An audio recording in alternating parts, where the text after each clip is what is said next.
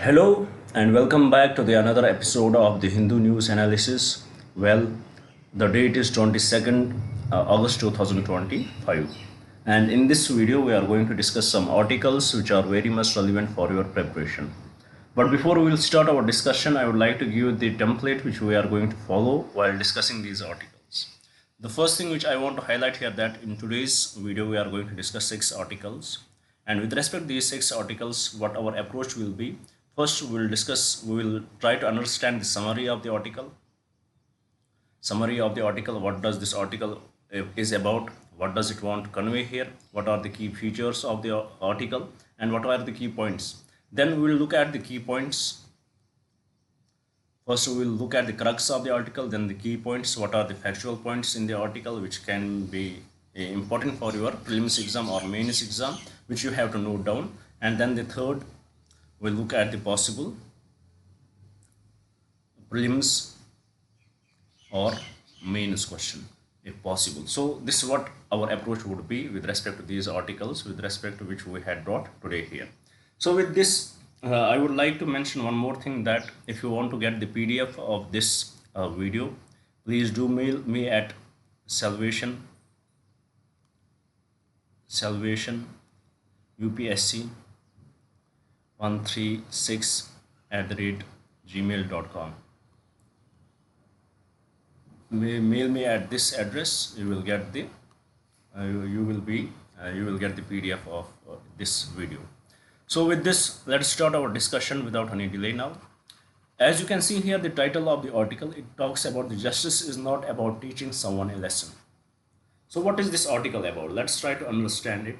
Let's try to find out the crux of the article. Well, the story begins at the Chhattisgarh, where a Dalit person, he was involved in some mischief and he was caught by the police, and it is alleged that he died when he was in the custody. He died then because of the tortures he suffered from the police. So he died because of that. So with respect to this, the case went to the Chhattisgarh High Court, and eventually this Chhattisgarh High Court made a statement which the article is criticizing. The statement is that the case was about the murder, but the Chhattisgarh High Court said that we cannot call it a murder. We will call it a culpable homicide, because the intention of the the person involved in this, the intention of the officer was not to kill him, but to teach him a lesson. So this is what the article is arguing here, that the author of the article is arguing that the High Court judge cannot use such language that to teach him a lesson you can torture anybody. This is not something which is recognized by our judiciary with respect to the custody, those people who are under custody.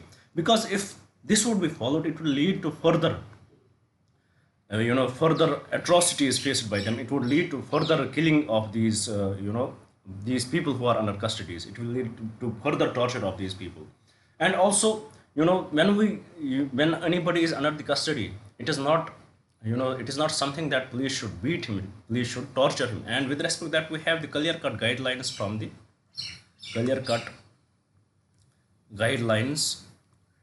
from the Supreme Court, under the various judgments, where the Supreme Court clearly says that this is not something which would be appreciated. So with respect to this, there is the controversy. First, was it a murder or a culpable homicide? And then the language used by the Supreme High Court judge, that is what the author here is highlighting, that such language used by the High Court judge is not something which we can appreciate and which is appreciable. And with respect to this, it could lead to further violence on these people, especially the marginalized communities like Dalits, because they are often found under violence. They are often under atrocities from these officers. So this is the crux of the article. Now with respect to this article, there were few key points which we have to note down, which can be relevant for our exam. First, what is the legislation which deals with it, and then what is the judgment of the Supreme Court which deals with it, like that we will see. Let's have a look at the key points and try to understand it more properly. Here, first, What does this article talk about? It talks about the problematic judicial language, the Chhattisgarh High Court observation that police officer intended to teach a lesson to a victim who died in custody is criticized for legitimizing police brutality. So the statement given by the Chhattisgarh High Court judge, it is the statement to teach him a lesson. It is in a way legitimizing the police brutality. Then, what is the case details? A Dalit man arrested for public misbehavior died in custody with 26 injuries, but the High Court reduced the officer's murder conviction to the culpable homicide. So, and this is what how the judiciary approached it. Then, it is in a way normalizing the violence. The article argues that framing custodial violence as a form of deterrence or discipline perpetuates a dangerous institutional mindset that undermines the rule of law. It will definitely undermine the rule of law. The bureaucratic executive or the permanent executive, they will take the law under their hands and they would often practice it, and definitely it will undermine the rule of law. It will undermine the legislations which we had with respect to these cases. Then, what is the cost coded enforcement? The piece highlights that the violence was not an incidental tragedy, but a reflection of a broader pattern of cost based enforcement, which the legal system often fails to address by demanding specific proof of cost based motivation. So, this is also highlighted by the article. Then the article also talks about this systematic failure despite clear Supreme Court's guidelines on custodial violence from cases like DK Basu versus State of West Bengal. Deaths in custody continues disproportionately affecting Dalits, Adivasis, and the poor. So, even though we have the clear-cut guidelines given by the Supreme Court under the cases like DK Basu, but still we are facing such issues. And then, what is the path forward? The author calls for the judiciary to use language that reinforces the violence in custody is criminal, to robustly apply the SC/ST Acts, and to strengthen independent accountability mechanism. So this is what the article asks from the judiciary. So with respect to this, what kind of question can you expect in the exam? A very simple and straightforward question. Here the question says, which of the following landmark judgments by the Supreme Court of India is related to procedural safeguards for an arrested person and the prevention of custodial violence? It is definitely DK Basu versus State of West Bengal. So with this, I hope you had understood the article as well as what were the key points which were given in the article and this question. And now I feel, I hope you are able to answer any question with respect to it. You could collect the data from this article and use it in multiple questions if they are relevant with custodial deaths. So here, before moving to the another article, I would like to give you the brief introduction about this initiative which we had started from 2nd June on our YouTube channel. So what is this initiative? The name of the initiative is Target IAS 2026. Under this initiative, we had promised you that every day we are going to upload 2 videos. One in the morning session, where we will discuss the current affairs, which is this video. Here what we do, we take up the most important articles, we relate these articles with your prelims as well as mains preparation. And eventually we try to frame the possible prelims and mains questions from these articles so that it will help you get connected with your preparation. And in the evening session, we upload another video where we will discuss the static syllabus of yours. And here we had started with Indian polity, which we had completed in 30 lectures, then governance completed in 11 lectures, and now we are discussing the history, Indian history, started with ancient history. Already we had completed 6 lectures. Now today we may upload the 7th lecture. So this is what we had done so far. And here also we had promised you that by the month of January 2026, we are going to complete your full syllabus. Whatever would be required for you to clear the exam, everything would be covered, but only exception is that we are not going to cover the optional subjects. That is the only exception. And one more thing, as I had told you, while we are giving you these lectures, we are giving you these videos, but at the same time you need something to read from. And for you guys, we had prepared notes. We are preparing notes for your preparation. Already Indian polity and governance notes are available, or I would say it is a book rather than note. And this these notes, they are so comprehensively written that it will contain every topic which is relevant for your exam. It is like an encyclopedia. And one good thing about our notes is that after every topic you will find a possible prelims or as well as the possible mains question, so that it will get you connected with the article, with the topic, and it will let you know, it will allow your imagination how such topic will come in the exam, how a question from such topic can be asked in the exam. So if you want to get access to this book, please do mail us on the solution UPSC 136@gmail.com. So please do mail us at this mail ID. You will get access to it. You would be told to pay only 200 rupees. This is the only amount of money which you will have to pay for it. So if you like this initiative, please do subscribe the channel, do share it with your friends so that they may also get benefited from it. And please do write in the comments what else should we bring for you guys. Now without any delay, let's move to the another article here. Well, let's see what it is about. Well, it basically talks about the organ donations. It talks about the organ donations, and it talks about the organ donation and organ donation and gender disparity in it. So what is the issue here? Here we have the governmental organization, the National Organ and Tissue Transplant Organization. What we have? We have NATO. What is this NATO? It is the National Organ and Tissue Transplant Organization. National Organ and Tissue Transplant Organization.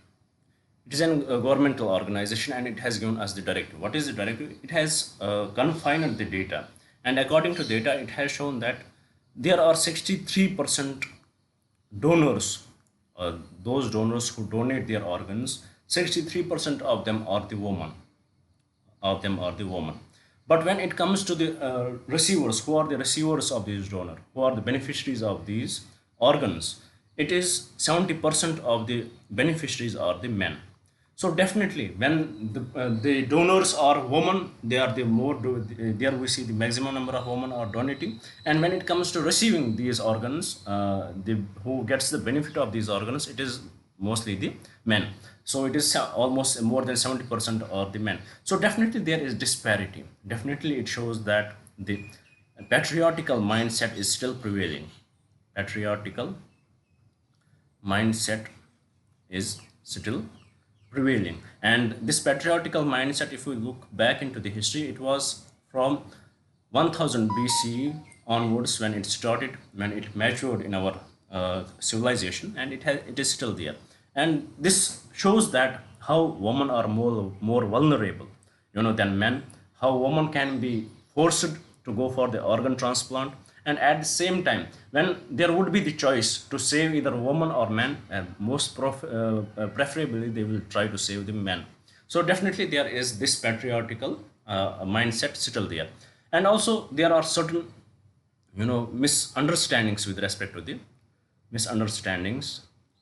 the organ donation, and the article highlights that there should be much education given to the people about the organ donation, because there are various with respect to organ donation. We also discussed a lecture about it, a topic about it, an article about it, I guess 2 to 4 days before.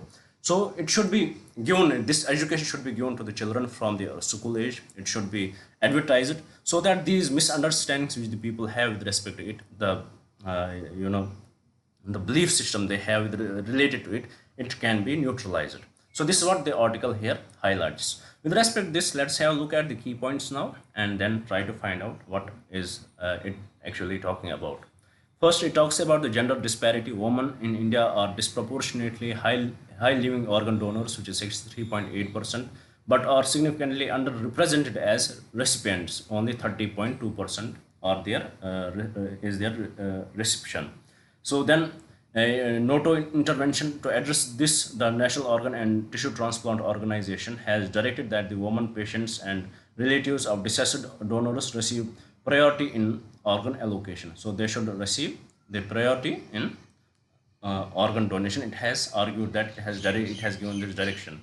Then what is the legal framework? Organ donations and transplantation in India are governed by the Transplantation of Human Organs Act 1994. So please do know this legislation, which also prohibits the buying and selling of organs.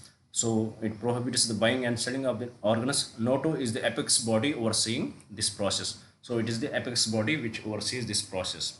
Then how we can boosting donation rates? The advisory recommended several steps to increase organ donation, including the creating permanent posts for transplant coordinators, developing organ retrieval facilities in all trauma centers, and training emergency staff to identify potential deceased donors. So these are the things which we have to implement in which we can boost the donations. Then what are the challenges and potential?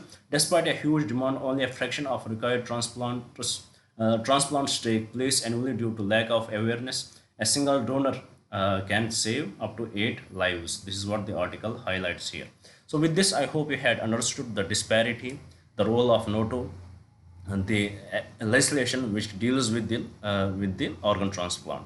So with this, I hope you can answer any question if related to this article can be asked in the exam.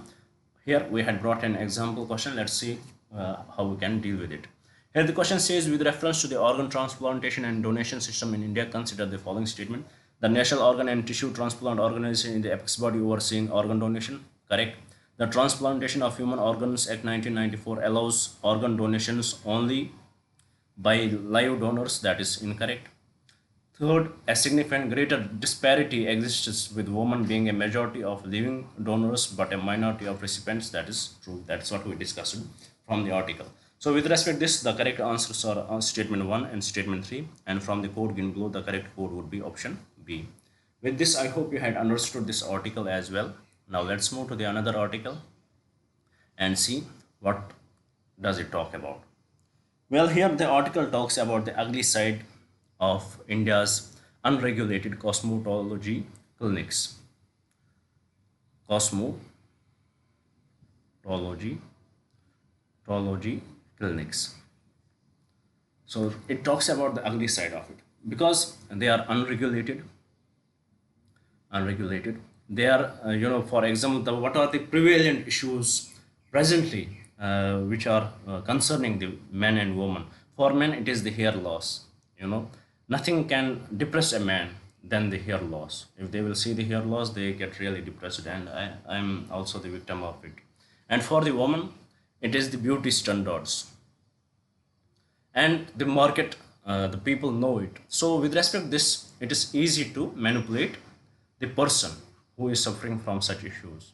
So what right now what is happening, that different people are coming in, they are taking over the cosmetology industry, and it is because of the misunderstanding. We often feel that it is somehow part of the dermatology, but it is not so. Here what we will see that the doctors who are not even recognized, the people who don't have even any degree, even the dentists who think that they can do it, they take part in it, and unfortunately it results in various side effects. And the article highlights here the examples of two people.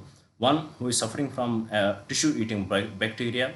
He did a transplant and unfortunately it failed. Now it is that he has developed a tissue eating bacteria on his scalp, which is very dangerous for him. And it also talks about the woman who is suffering from the steroid side effects. So this is what the article in a nutshell is talking about. So let's dig deep into it and see what are the key points which are highlighted under this article. Here the article talks about first the regulatory crisis. Here the booming wellness and cosmetic industry in India lacks adequate regulations. There are adequate regulations leading to serious medical complications for patients. 100% correct. Here is unqualified. The issue is unqualified practitioners. The problem is driven by three main groups of unqualified individuals performing medical procedures. First, dentists who take short uncertified courses. They take part in it, and this is one of the issue. Ayush practitioners who illegally administer allopathic treatment, that's also an issue. Then individuals with no medical background whatsoever, that is also true. With respect to Ayush practitioners who illegally administer allopathic treatment, we had discussed I guess 2 to 3 weeks before an article about it. Then there is the what is the issue? There is why it is happening because of the lack of oversight. Clinics are often unlicensed, unlicensed, unregistered, and do not have tie-ups with the full-fledged medical centers to handle the emergencies. That is one of the issue.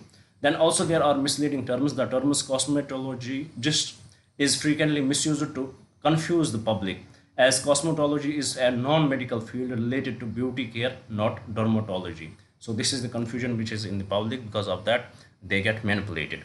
Then there is also the widespread harm. The article cites case of necrotizing fiscitis. Necrotizing fiscitis, it is the bacteria. Please note down it. It can be relevant for your prelims exam. A flesh-eating bacteria infection from a hair transplant and topical steroid withdrawal from fake treatments, demonstrating the severe consequences of this malpractices. What is the proposed solution? Experts are calling for a dedicated stricter enforcement of existing guidelines and public awareness campaigns to combat quackery and safeguard patient health. So this is what is recommended here. So with respect to this, I hope you had understood the article. I hope you will note down these terms, or if you are interested, you can get my PDF, PPT, and with this, let's see what kind of question can be asked in the exam. Here the question says, with reference to the medical issues discussed in the article, consider the following statement. First, necrotizing fiscitis is a bacteria infection that destroys human tissues. That is true. Cosmetology is a medical field related to dermatology. Incorrect. Topical steroid withdrawal is a condition caused by the prolonged use of unlabeled creams. No, it is because of the steroid use. So once you are a prolonged steroid user and now you cut it, you go through this issue. So with respect to this question, the correct statement is statement 1 only, and from the code given below, the correct code is option A. With this, let's move to the another article here.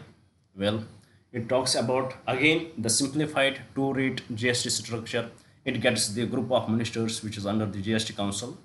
Group of ministers, they give note to it. It contains the measures from the center as well as the state. Now they had given note to it. So what is the issue? Earlier before this, what used to be there, we had the 4-tier system, I would say. We have 5% GST rate, we have 12% GST rate, we have 18% GST rate, and we have 28% GST rate. Now, how they are going to change it? This 12% and 18%, they are going to change it. 90% of this 12% will go to the 5% items, will go to the 5%, and 28% will mostly go to the 18%. So this is what they are going to do it. Now with this, what is extra they are bringing in? They are bringing the 40% gap, which will include the sin goods and extra luxury goods. So this is what they are going to include. Now the Council of Ministers, a group of ministers, they had accepted it. Now it will go to the GST Council, then eventually it would be framed.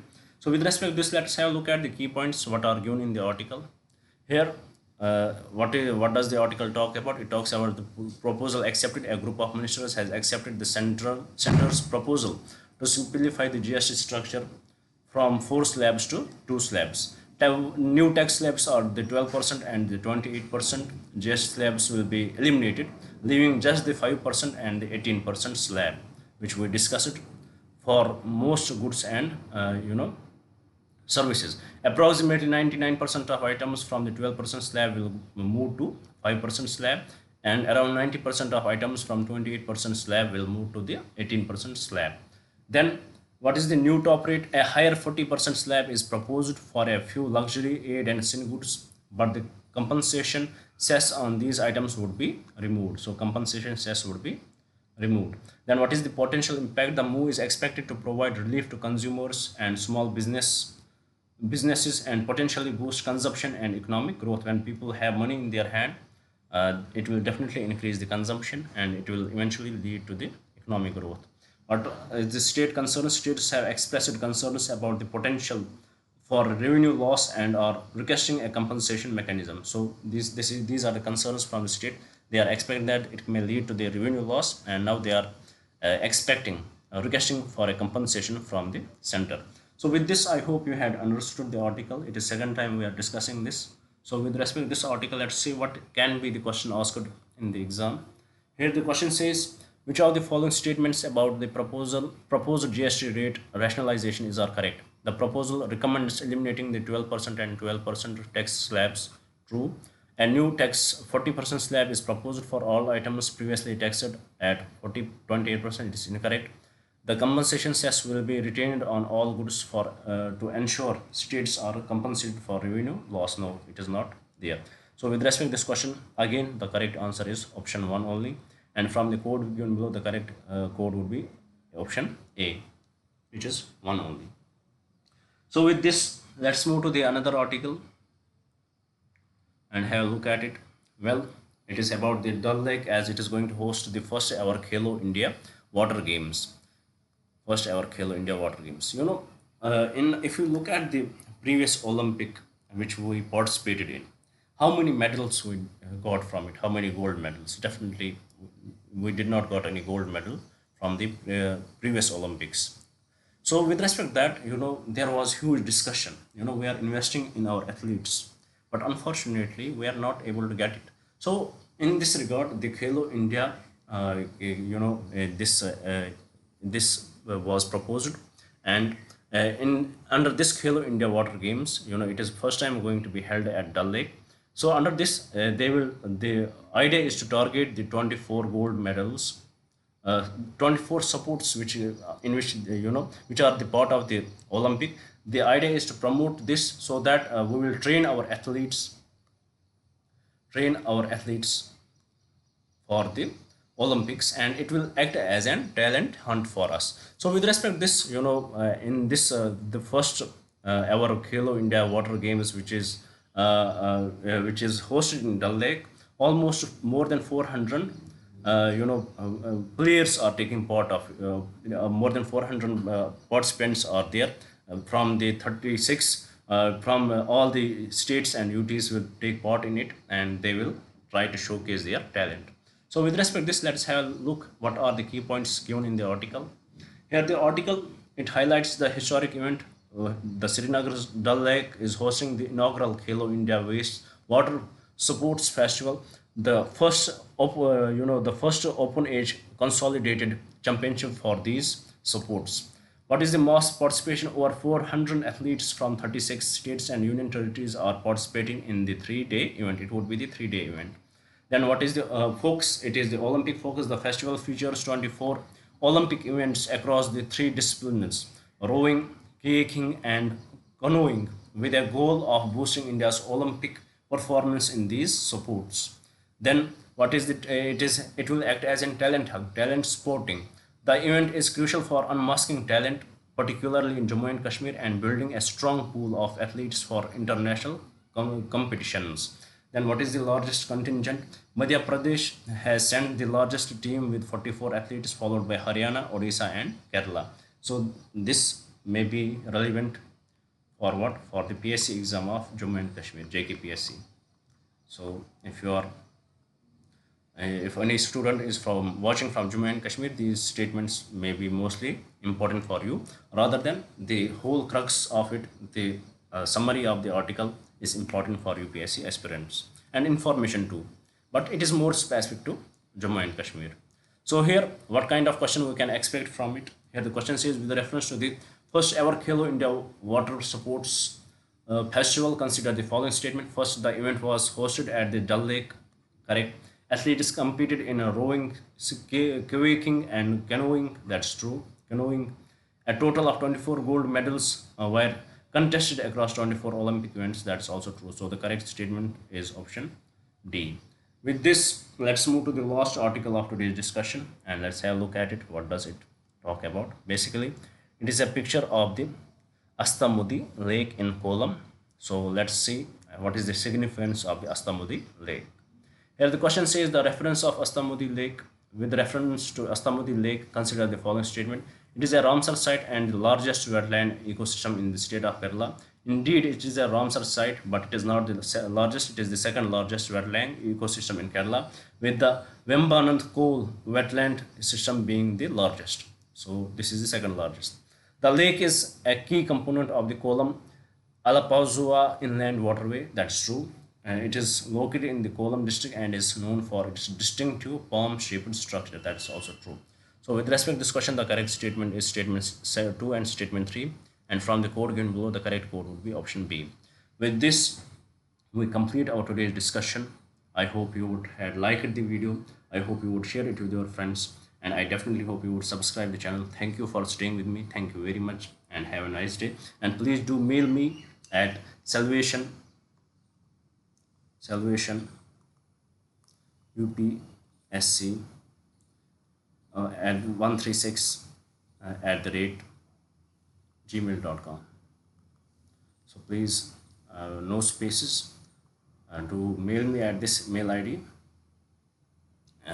so that you will get the access to this PDF, to the PPT, and if you want to get the notes, then you can mail me at this mail ID. So with this, I will conclude my today's discussion. Thank you for staying with me. Thank you very much, and have a nice day.